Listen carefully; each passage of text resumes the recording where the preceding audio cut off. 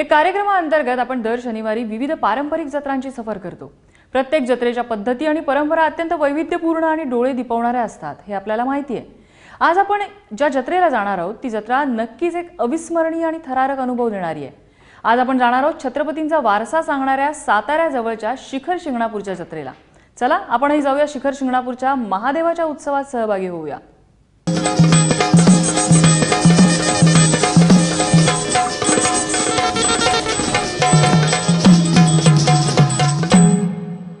नमस्कार, मी दिग्पाल लांजेकर तुम्हा सगळ्यांचं मनापासून स्वागत करतो एबीपी माझावरच्या खास आणि वैशिष्ट्यपूर्ण कार्यक्रमात, ज्याचं नाव आहे जत्रा। महाराष्ट्राच्या दऱ्याखोऱ्यांमधून निष्ठा, श्रद्धा आणि भक्तीचा महापूर वाहतो, म्हणून इथल्या सह्याकड्यांना भूगोलाबरोबरच इतिहास सुद्धा आहे आणि परंपरांचा वारसा सुद्धा। हा वारसा सामावला आहे इथल्या देवस्थानांमध्ये। उंच कड्यावर वसलेली ही देवस्थानं आपल्याला सतत बोलवत असतात। अशाच एका नावातच शिखर असलेल्या देवस्थानाला आज आपण आलोय, शिखर शिंगणापूरला।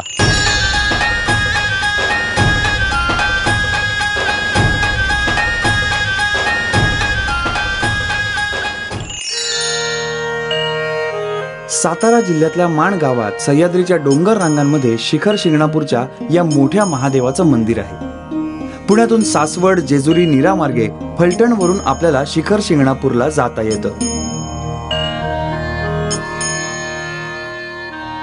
मी शिंगणापूरच्या पायथ्याशी पोहोचलो आणि मला महादेवाच्या भक्तांचे जथ्थेच्या जथ्थे कावडी नाचवत मुंगी घाटाकडे जाताना दिसले। हलगीच्या कडकडत्या तालावर कावडीला लावलेले गोंडे डुलत होते। वातावरणात जत्रेचा ज्वर चढू लागला होता। लहान थोर मंडळी या हलगीच्या तालावर कावड नाचवत पुढे पुढे सरकत होती।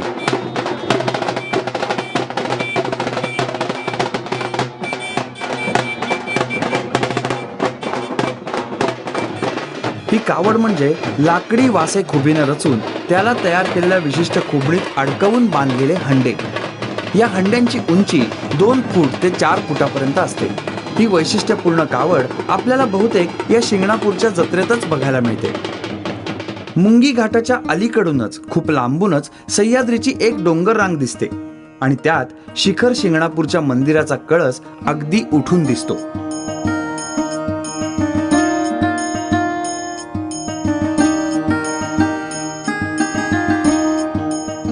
वाहनांना वर पोहोचण्यासाठी एक वेगळा घाट आहे, नवीन रस्ता आहे।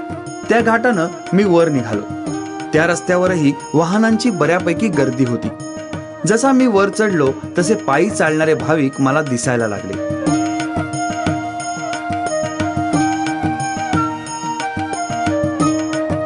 भर दुपारी टळटळत्या उन्हात ते महादेवाच्या दर्शनाच्या ओढीनं मार्गक्रमण करत होते।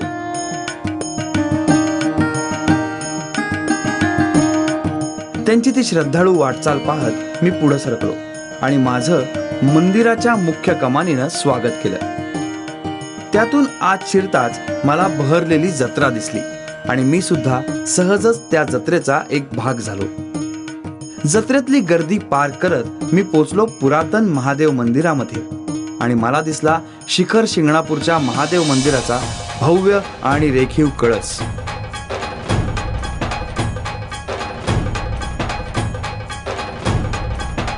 कावडी नाचवत मंदिराच्या मुख्य कमानीतून आत जात होत्या आणि त्यांच्या मागोमाग मी मंदिराच्या दिशेनं वर जायला लागलो।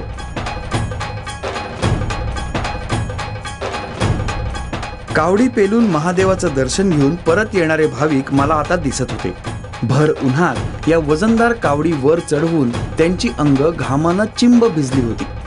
तरी सुद्धा महादेवाला कावडीनं अभिषेक केला हे समाधान त्यांच्या चेहऱ्यावर व्यापून राहिलं होतं। ते भक्तीचं रूप डोळ्यात साठवत एक एक पायरी चढत मी मंदिरात प्रवेश केला।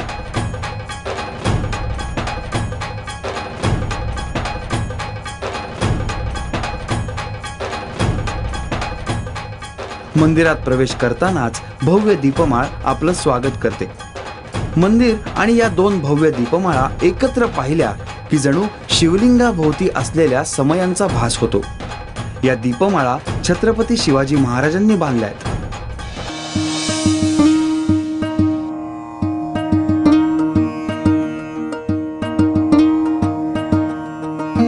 हेमाडपंथी बांधणीचं हे मंदिर आणि त्याचा आभाळात झेपावणारा अतिभव्य कळस आपल्याला भारावून टाकतो. शिखर शिंगणापूरचं हे मंदिर सातारच्या छत्रपतींच्या घराण्याचं खाजगी देवस्थान आहे. मंदिरात प्रवेश करताना आपल्याला चांदीची पार्वतीची मूर्ती दिसते. ही पार्वतीची मूर्ती लोटांगण घातलेल्या स्वरूपात आहे. अतिशय देखणी अशी ही मूर्ती आहे. यामुळं पार्वती शिवापुढे नतमस्तक होतीये हे आपल्याला दिसतं. या मूर्तीचं दर्शन घेऊन भाविक आत मंदिराच्या मुख्य मंडपात येतात. मंदिर परिसरात भाविकांची गर्दी आता वाढायला लागली होती. दर्शन रांग आत समोरच्या पठारापर्यंत पोहोचली होती.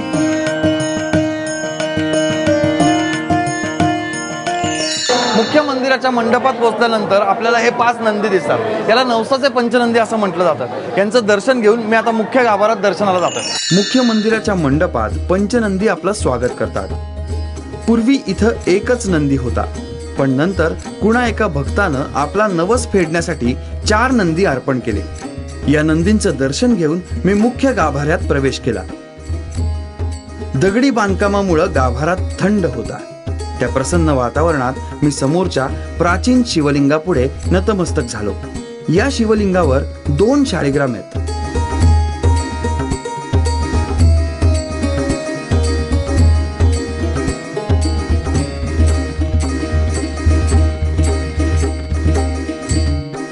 या मुख्य मंडपात दर्शन रांग शिस्तीनं पुढे सरकत होती.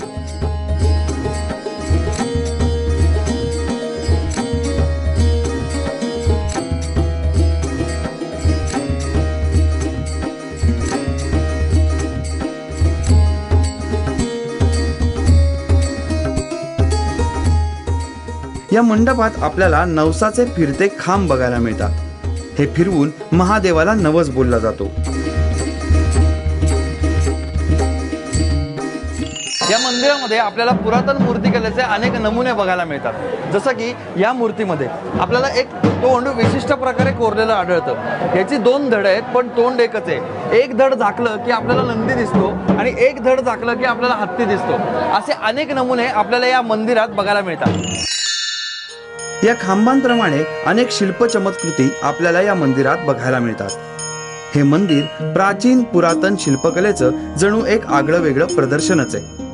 मंडपातले हे सुरूदार खांब, त्यावर कोरलेली पुराण कथांची शिल्प आपलं चित्त वेधून घेतात.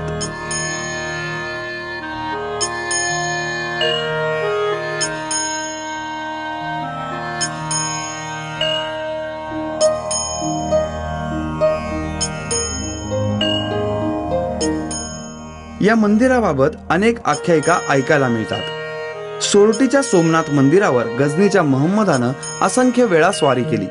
त्यातल्या एका आक्रमणाच्या वेळी तिथल्या सोमनाथाचं लिंग सौराष्ट्रातून महाराष्ट्रात आणून शिंगणापूरला स्थापन केलं गेलं अशी एक आख्यायिका आहे. त्यामुळं आजही महाराष्ट्राबाहेरून अनेक भक्तजन शिंगणापूर यात्रेला दर्शनासाठी येतात.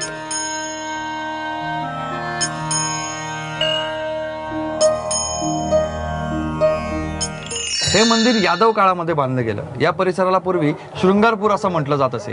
त्यावरून शिंगणापूर असं नाव पडलं.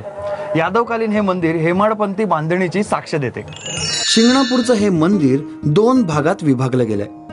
मूळ गाभारा आणि सभा मंडप. सभा मंडपाचा आकार चांदणीप्रमाणे आहे.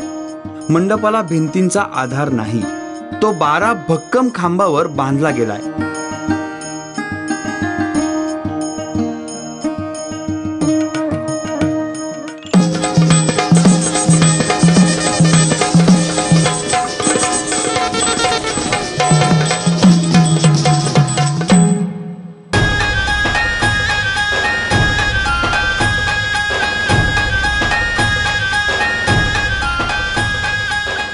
मंदिरातून बाहेर पडल्यावर मंदिराला प्रदक्षिणा घालताना आपल्याला मागे लहान लहान देवळं दिसतात. तिथे एका छोट्या देवळामध्ये एक अस्सल रोमन घडणीची एक घंटा आपल्याला टांगलेली दिसते. त्याच्यावर रोमन अक्षरामध्ये 1720 असं लिहिलेलं आहे. ही घंटा मंदिराच्या मागच्या बाजूला आपल्याला दिसते. कोणत्या तरी मोहिमेत मराठ्यांनी ती जिंकून आणली असावी असं सांगितलं जातं. ही घंटा पंचधातूची असून तिची पोर्तुगीज घडण चटकन आपल्या लक्षात येते. प्रत्येक मंदिरामध्ये श्री गणेशाचं स्थान असतंच. तसंच या देवळात गणेशाची प्रतिष्ठापना केलेली दिसते. जुन्या पायऱ्यांच्या रस्त्याने वरती येताना एक भली भक्कम वेस लागते. ही शिवाजी महाराजांनी मंदिराच्या जीर्णोद्धाराच्या वेळेला बांधली असं सांगितलं जातं. याला जिजाऊ वेस असं म्हणतात.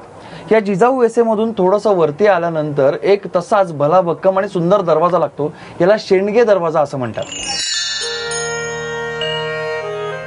जिजाऊ वेसेची वाट ही मंदिराची मुख्य वाट मानली जाते. या वाटेवर पूजा साहित्याचे स्टॉल्स आपल्याला दिसतात.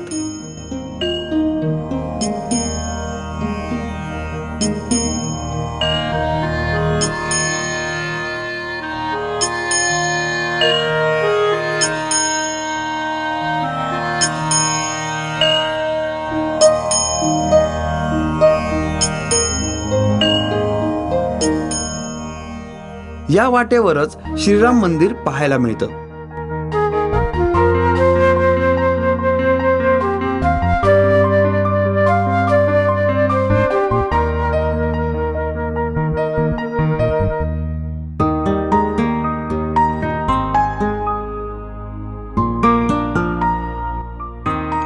मंदिरासमोरच्या टेकडीवर आपल्याला एक दगडी बांधकाम आढळतं.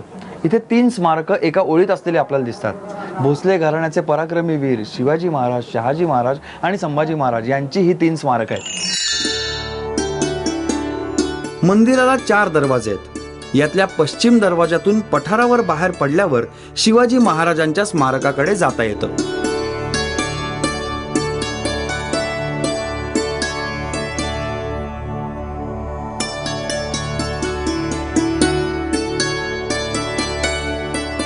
गुप्तलिंगाच्या ठिकाणी भगवान शंकर घोर तपश्चर्येला बसले होते.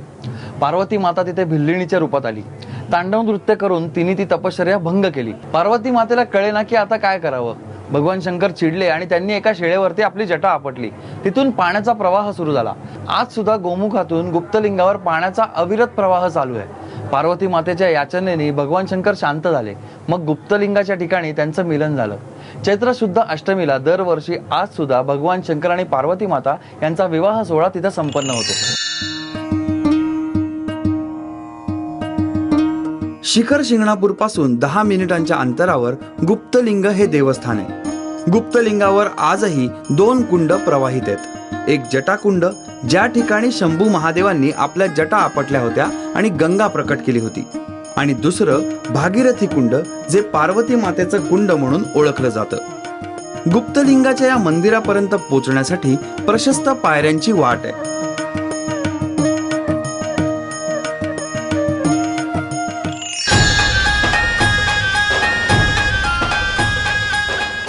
कावडी वर चढवत असताना हलगी, तुरे, लेझिम याच्या तालावर वर चढवल्या जातात.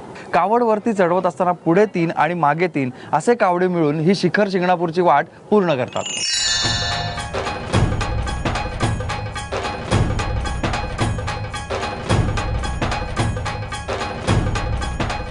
दुपारनंतर या यात्रेतला महत्वाचा आणि थरारक सोहळा चालू होतो.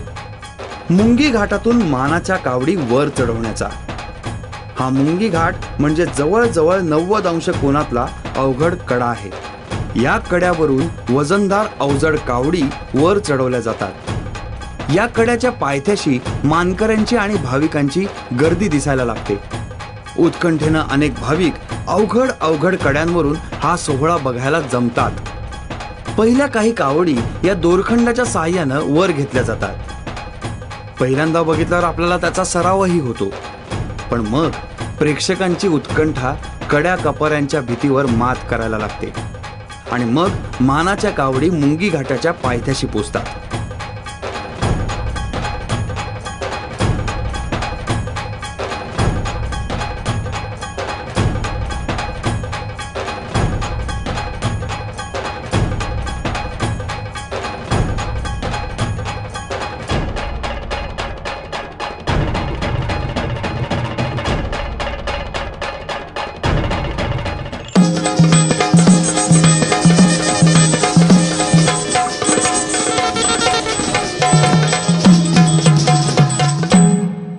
कावडी अत्यंत अवघड अशा मुंगी घाटातून वर यायला लागतात. आता देवळापर्यंत येण्यासाठी गाडी रस्ता झालाय, पण या कावडी मात्र परंपरेनुसार या मुंगी घाटातून अवघड वाट चढतच वरती येतात. हर हर महादेवच्या गर्जनेबरोबर वातावरणात थरार भरला जातो. या कावडींमध्ये सर्वात मानाची समजली जाते भुत्या तेली यांची कावड.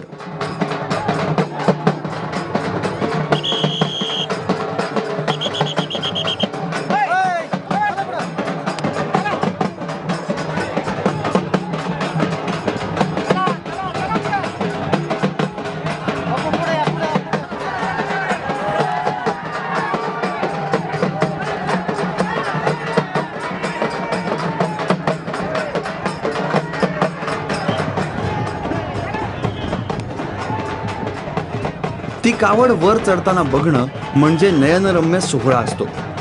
आता दोरखंडाचं सहाय्य घेतलं जात नाही. हातात हात गुंफून मानवी साखळी तयार केली जाते आणि मानवी दोर तयार केला जातो. गावातले थोर प्रोत्साहन देत असतात आणि तरुण जीवाचा आकांत करत असतात. जीव खाऊन शेजारच्याचा हात खेचला जातो. कुणाचा हात सुटतो पण लगेच सावरून धाव घेऊन पकडला जातो. प्रयत्नांची पराकाष्ठा होत असते. श्वास रोखले जातात. एखाद्याचा हात सुटला, पाय घसरला तर असं वाटत असतानाच जणू सह्याद्रीनं बळ दिलेले हे शिव आणि शिवाजीचे भक्त अवजड कावड सहजपणे वर खेचून आणतात.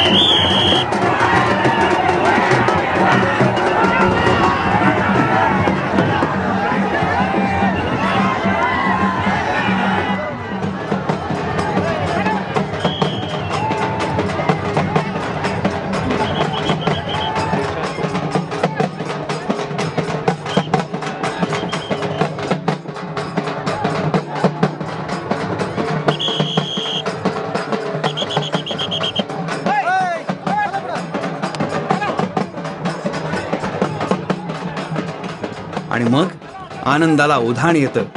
कडाडणाऱ्या हलगीच्या तालावर तरुण बेहोश होऊन कावड नाचवत मंदिराकडे नेऊ लागतात. एकामागून एक चारही मानाच्या कावडी अवघड मुंगी घाट चढून वर येतात. भुत्या तेल्यांची कावड वरती आल्यावर या आनंदाचा परमोत्कर्ष होतो आणि या कावडी महादेव मंदिराकडे मार्गस्थ होतात, वाजत गाजत आणि नाचत.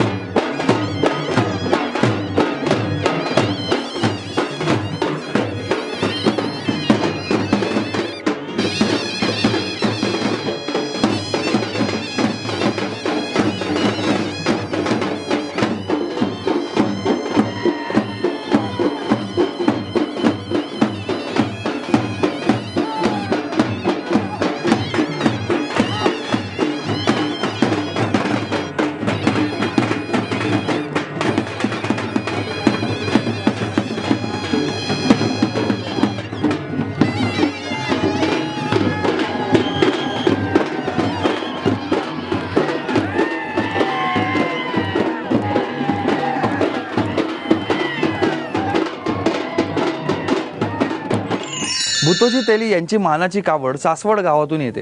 यात्रेपूर्वीच ही कावड सासवड गावातून प्रस्थान करते.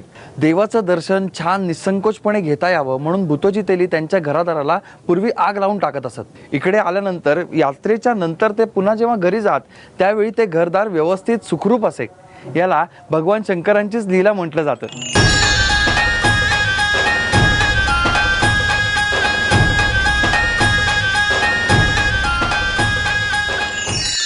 दिवस कल्याला लागलेला असतो आणि आत्ताच्या मावळ्यांचा हा पराक्रम बघून सूर्यनारायण समाधानानं अस्ताला जाऊ लागतो. छत्रपतींचा वारसा सांगणाऱ्या देवस्थानची ही थरारक जत्रा. या जत्रेमधला थरार आपण सगळ्यांनी अनुभवला. श्रद्धेचं एक धाडसी रूप सुद्धा असतं हे मला या जत्रेत येऊन कळलं. हे धाडसी रूप मनात साठवत मी निघालोय पुढच्या जत्रेमध्ये. तेव्हा भेटूया पुढच्या गावात आणि नवीन जत्रेमध्ये. तोपर्यंत राम राम पाहुणा.